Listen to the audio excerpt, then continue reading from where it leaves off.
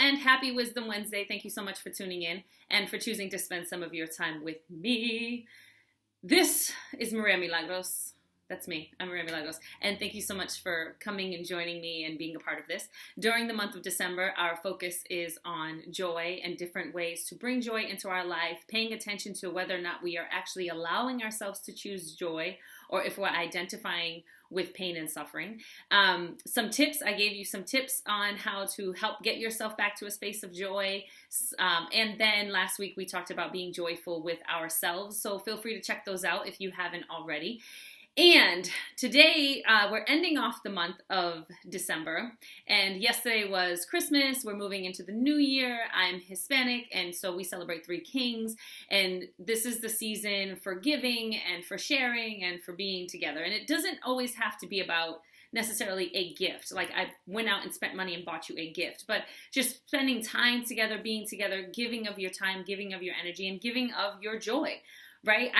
I always find it to be kind of hilarious when there are people during the holiday season who are nasty to each other.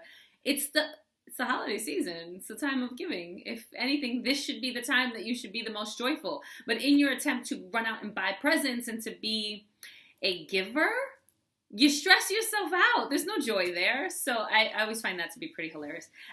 Anyways, focus, Maria, focus. So we are talking about today sharing joy. So I want to give you two quick things that I have been doing and have done to help share joy. Okay. One, the first thing that I do is I do this thing called prepare the air. And if you've been in any of my talks, especially when I do leadership talks, I talk about the importance of preparing the air that's before us to create a space that we can step into that feels really good and full of joy. So one of the things that I do is before I move into a new space, be it a meeting or even, with my daughter, we've talked about too, living intentionally and being fully present in our lives, being aware of the energy that we bring. So this is no different than that. So I decide that I'm going to bring love and fun into those spaces. And for me, joy is love and fun. It's a space of love and it's a space of fun. And sometimes, depending on the situation, you might not necessarily have a party, right? If you're going to a wake, you might not necessarily be super fun, but you can still bring love and joy into those spaces. You can still talk about that person's life and anything good that they've done, any impacts that they've made, things like that. There's still opportunities in every space to introduce love. So I'd make a decision before I move into any space that my goal is to bring fun and love into the space. I take a couple of deep breaths. I let go of the stuff from the previous space that I was in, whether it was good or bad, because sometimes if it's bad, we bring that negative energy into the next space. And then we want to keep talking about that in this new space. Or we can have a really great time and then bring that and want it to continue rather than allow this space to just be what it is, right? So I just let that go. I take a couple of deep breaths and I say, okay, I'm moving into this new space and I'm kind of emptying myself and I'm filling myself with love and fun, hoping that I can bring that into this new space. And that's my intent, is to be a source of joy, right? And this is another thing that I know is that if we are looking for something, rather than expect other people to be the fillers of that for us, we can become that very thing. And then once you become it, you're no longer looking for it. For example, if you are feeling lonely and you're feeling not like you're not loved, like you're unappreciated, and you pick up your phone and you send a bunch of text messages to a bunch of people, or you send an email, or you call someone and you say, I just wanted to call you and tell you that I love you and that I appreciate you, and here's all the reasons why. Then what's happening is you are actually becoming a source of love. And then you're no longer looking for love because you are literally allowing yourself to become the source of love. And we don't need to look for what we are because we're in it. We're residing in it. So then you are the source and you're giving from that overflow. And then it's like, oh, I'm not lonely. I'm not loved. I am loved, and I'm giving love and I'm contributing love to other people. We have to be willing to do that, though, without necessarily the need of reciprocity, because if you're only doing that, hoping that there's an exchange, then you're missing it, right? So rather than allow ourselves to get bogged down by the fact that, oh, I'm not joyful, fake it till you make it. And here's the thing about that, about fake it till you make it. even if you're faking it, you're doing it. So it's real in that moment. We have a tendency to believe that it's not real because it doesn't last all day. No, those moments are very real. When you're faking it and you're being joyful, that's a very real moment. The goal is to get into that space and then to milk that as much as possible and to kind of drag that joyfulness out, because you're capable of doing it. Even if for 5 minutes means you're capable of doing it for 5 hours. We just have to get better at watching our language, watching our thoughts, and then milking the good moments so that we can find more joy in our life. So one of the things that I do to share joy is that I am intentional about deciding that I'm going to bring love and fun into a space. And we've talked about this before. If I am not in a place to do that, I am not around people because that's not healthy for anybody.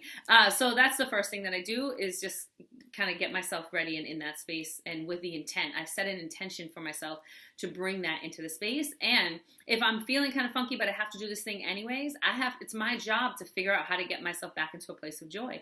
For me, music is a really powerful thing. I'll listen to some upbeat music. I'll listen to some affirmations. I'll do a gratitude rant with my daughter, and just find ways to realign myself and get myself back into a positive space.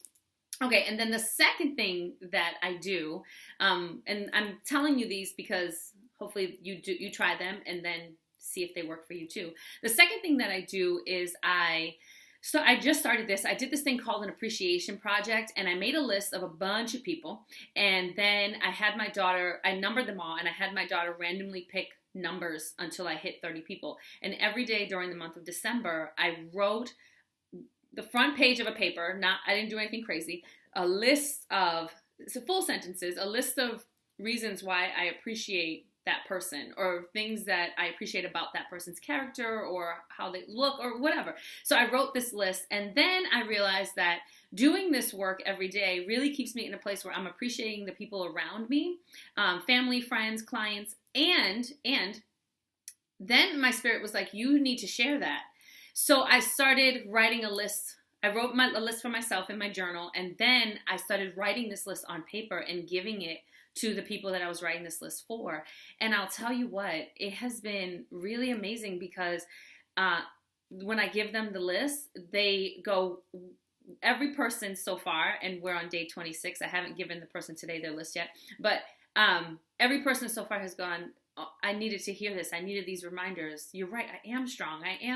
Thank you for this. And it's handwritten, and it does take some time, but really it only took me like 10 minutes to write out the list on the front of paper and then to hand it to this person.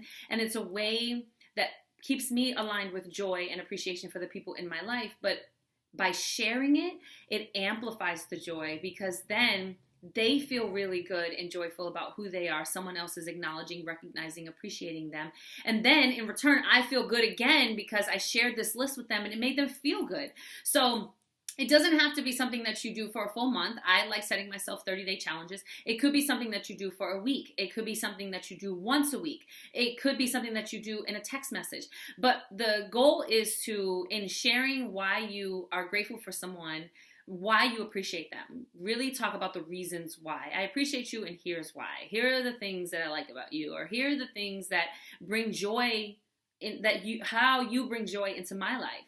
And by telling that back to the other person, we're creating this beautiful cycle of joy to keep going and going and going. So those are the two things that I have for you. You can choose to start them. You could choose to not. But my number one challenge for you is to take responsibility for your joy. Take responsibility and acknowledge that you are the only person truly who can get yourself back into a space of alignment with joy, so that you can continue to give from your overflow and give from that space of love and well-being, right? Because then when we do that, not only are we feeling super sparkly everything, but then we're able to provide service to other people from a space of super sparkly everything, without resentment, without the need of reciprocity, without expectation. Like, I'm just showing up, I'm giving you this stuff, I'm hoping that it benefits you, and then I gotta go recharge, refuel, and then I'm gonna do it again, right? That's really the end game, is to be able to live out our purpose and do it from a place of love and compassion and joy and well-being, rather than from a place of, oh, I have to do this. Nobody wants you to give them if you're not being cheerful about it. Nobody wants you to give if you're going to be resentful, and nobody wants you to give if you're going to hang it over their heads later. Nobody. Keep that to yourself. Don't do it out of obligation. Don't share joy out of obligation. Share joy from your overflow. Because then again, they don't become responsible for giving it back to you. And when it does come back, which it will, because when you're residing in that place, honestly and truly, it has no choice but to come back to you. And then when it does, it's like bonus magic, right? So that's what I have for you. I hope that your rest of your week is magical. I hope that your weekend is fantastic. I hope that your new year is super sparkly, and that looks different for everybody. For some people, it's being in bed at 10 o'clock. And for some people, it's partying until 3. Whatever that looks like for you, just be safe, look for your joy, find reasons to be happy, and reside in that place as much as possible because you deserve it. And we were given life to live it to the full. So let's start taking responsibility for our own lives, being intentional about that, and really seeking out the full. I love you so much. There's nothing you can do about it. I will see you next year for our video next week. Have a great everything, right? Magic, super everything. If you like this, give it a thumbs up. If you want to share something that works for you to help spread and share joy, please put it in the comments below because I love learning from you as well. And if you haven't already, subscribe to my channel. Okay, that's it. Gotta go. Peace.